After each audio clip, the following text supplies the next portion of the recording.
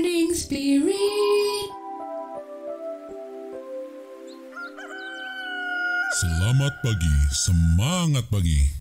Shalom Bapak Ibu dan saudara-saudariku yang dikasihi oleh Tuhan Yesus, bertemu kembali dalam Morning Spirit. Pagi ini saudaraku kita akan belajar firman Tuhan dengan tema menghormati pemimpin rohani, dukung dan doakan mereka.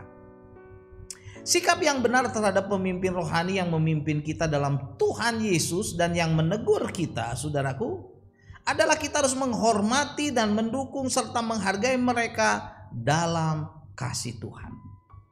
Dalam 1 Timotius 5, saudara, ayat 17 sampai 18, firman Tuhan berkata, penatua-penatua yang baik pimpinannya patut dihormati 2 kali lipat, terutama mereka yang dengan jerih payah berkhotbah dan mengajar. Bukanlahkah kitab suci berkata, janganlah engkau memberangus mulut lembu yang sedang mengirik, dan lagi seorang pengerja patut mendapatkan upahnya.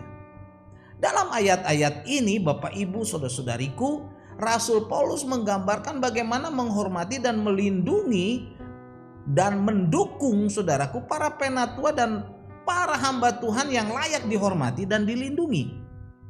Para hamba Tuhan atau pemimpin gereja yang setia dan rajin, terutama mereka yang berjerih payah berkhotbah dan mengajar, patut dihormati 2 kali lipat. Karena itu marilah kita mendoakan, mendukung setiap hamba-hamba Tuhan yang ada di gereja kita, supaya mereka dipakai oleh Tuhan lebih luar biasa lagi dalam pelayanan untuk kemuliaan nama Tuhan Yesus dan untuk kemajuan gereja.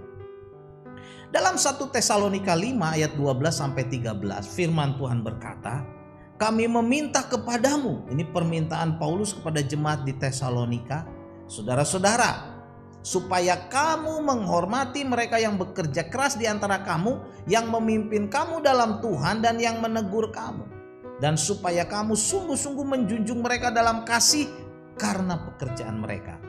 Hiduplah selalu dalam damai sejahtera dengan yang lain. Jadi dalam 1 Tesalonika 5 ayat 12 sampai 13 ini saudara, kita akan belajar 3 kebenaran kenapa kita harus menghormati dan mendukung pemimpin rohani kita atau hamba-hamba Tuhan di dalam gereja kita. Yang pertama saudaraku, karena mereka bekerja keras di antara kita dan untuk kita. Kata bekerja keras saudara dalam bahasa aslinya ditulis dengan kopos. Artinya pemimpin rohani ini bekerja keras dalam arti saudara melayani jemaat. Dalam doa saudaraku, dalam tugas persiapan, dalam konseling saudaraku, dalam berkhotbah, dalam menyampaikan firman Tuhan dan tugas-tugas pastoral lain serta pelayanan penggembalaan lainnya. Para pemimpin rohani atau hamba-hamba Tuhan ini saat melaksanakan tugas pelayanannya banyak saudaraku menghadapi tantangan dari dunia ini, dari kuasa gelap, dari iblis, dari sesama manusia. Saudaraku, iblis yang ingin selalu menyerang dan menghancurkan hamba Tuhan ini melihat hamba Tuhan itu tidak berfungsi lagi atau mundur bahkan dari Tuhan. Karena itu marilah kita mendukung setiap hamba Tuhan, mendoakan, mendukung mereka dan mensupport mereka supaya para pemimpin rohani ini saudara mendapat perlindungan dari Tuhan Yesus, dari kuasa Roh Kudus. Semuanya ini juga saudaraku akan berdampak dalam kehidupan kita, keluarga kita, gereja kita saudaraku. Kebenaran yang kedua saudara, karena mereka atau hamba-hamba Tuhan ini memimpin kita di dalam Tuhan. Para pemimpin rohani dan hamba-hamba Tuhan memimpin kita dalam arti umum untuk mengarahkan dan membimbing kita ke suatu tujuan, yaitu saudara apa? Memimpin kita di dalam Tuhan. Memimpin di dalam Tuhan artinya saudaraku adalah spiritual quality atau authority dalam mengajarkan ajaran firman Tuhan. Jadi para pemimpin rohani atau hamba-hamba Tuhan ini memikul suatu tanggung jawab yang berat dalam otoritas saudara dari Tuhan. Karena itu mereka memerlukan dukungan sepenuhnya dari jemaat saat mereka melayani. Dan kebenaran yang ketiga saudaraku, karena hamba-hamba Tuhan ini atau karena mereka ini yang menegur kita di dalam Tuhan.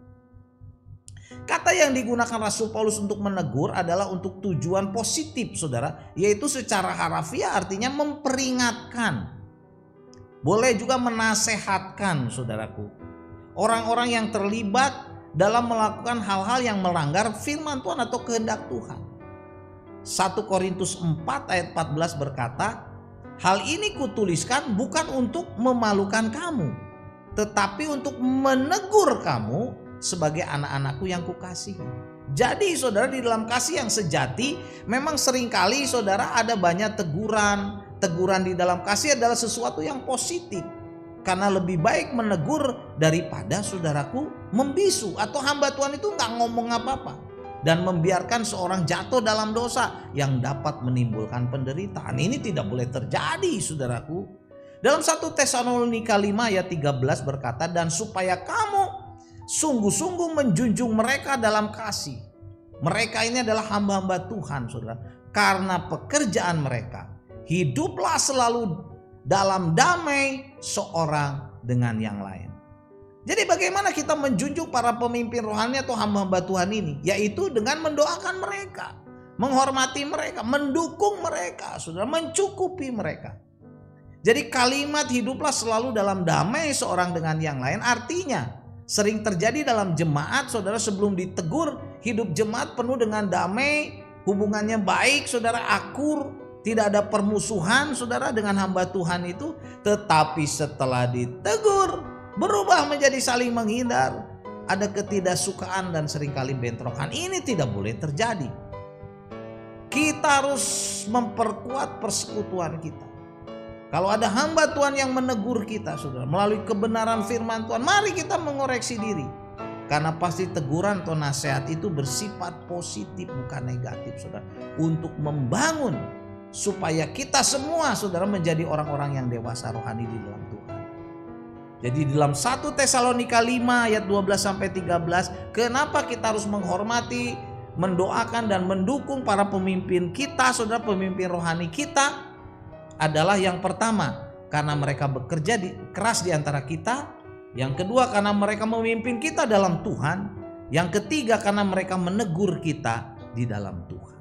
Amin, saudaraku. 1 Tesalonika 5 ayat 17 berkata, penatua yang baik pimpinannya patut dihormati 2 kali lipat, terutama mereka yang dengan berjerih payah berkhotbah dan mengajar. Amin. Mari kita berdoa. Terima kasih Tuhan, berilah kepada kami hati yang rela, hati yang dewasa untuk menghormati setiap penatua, hamba-hamba Tuhan yang berjerih lelah melayani Tuhan, melayani kami. Dalam nama Tuhan Yesus kami berdoa. Amin. Amin. Bapak, Ibu dan saudara-saudariku yang dikasihi oleh Tuhan Yesus, kalau kita diberkati oleh Morning Spirit ini, jangan lupa klik like, subscribe, bunyikan loncengnya, saudara, supaya kita bisa mengikuti Morning Spirit terus, dan juga bagikan kepada banyak orang supaya banyak orang diberkati. Sampai bertemu dalam Morning Spirit selanjutnya. Morning Spirit. Selamat pagi, semangat pagi.